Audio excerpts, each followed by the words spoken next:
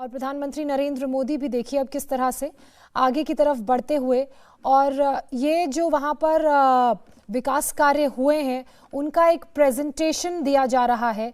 उसी प्रेजेंटेशन को समझते और देखते हुए प्रधानमंत्री नरेंद्र मोदी रिवर फ्रंट विकास कार्यों की का ये पूरा प्रेजेंटेशन है। इसके अलावा जो सड़कों का चौड़ीकरण किया जा रहा है वो किस तरह से संभव हो पाएगा, रिवर फ्रंट का जो कार्य चल रहा है वो कैसे आगे गति पकड़ेगा, उसको लेकर एक पूरा प्रेजेंटेशन तैयार किया गया है जिस विभाग को ये जिम्मेदारी दी गई है उसकी तरफ से। और उसी प्रेजेंटेशन को प्रधानमंत्री नरेंद्र मोदी देख रहे थे और वो अधिकारियों ने समझा रहा था कि किस तरह से काम तेजी से आगे बढ़ रहा है। इसके अलावा अराइवल प्लाजा और जो यहाँ झीलें हैं उनका भी विकास किया जाएगा और उसकी प्रगति कितनी हुई है उसकी समीक्षा भी प्रधानमंत्री नरेंद्र मोदी करेंगे।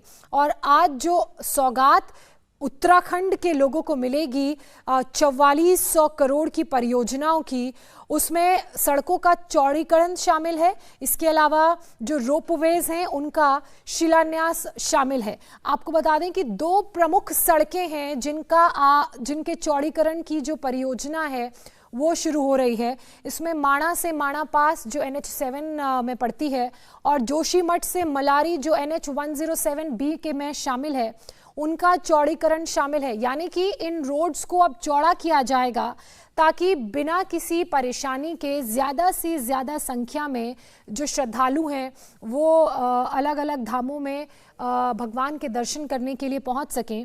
इसके अलावा 3400 करोड़ से अधिक की कनेक्टिविटी परियोजनाओं की भी प्रधानमंत्री नरेंद्र मोदी आज आधारशिला रखेंगे।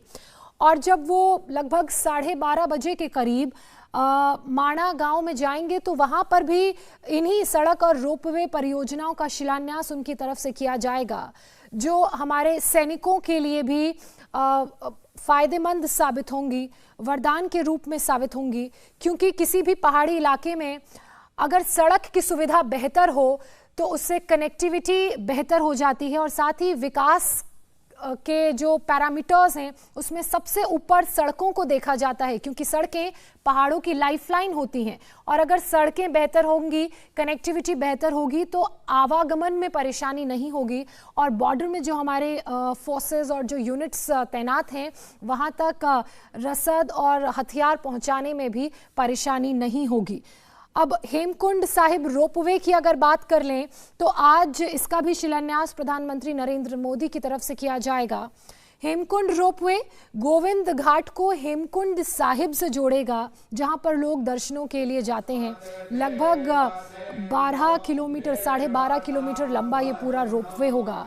अगर नॉर्मल दिनों की बात करें या हाल फिलहाल के दिनों की बात करें, क्योंकि रोपवे वहां पर है नहीं, आज प्रधानमंत्री की तरफ से शिलान्यास किया जाएगा, तो गोविंद घाट से हेमकुंड साहिब जाने में पूरे एक दिन का वक्त लगता है।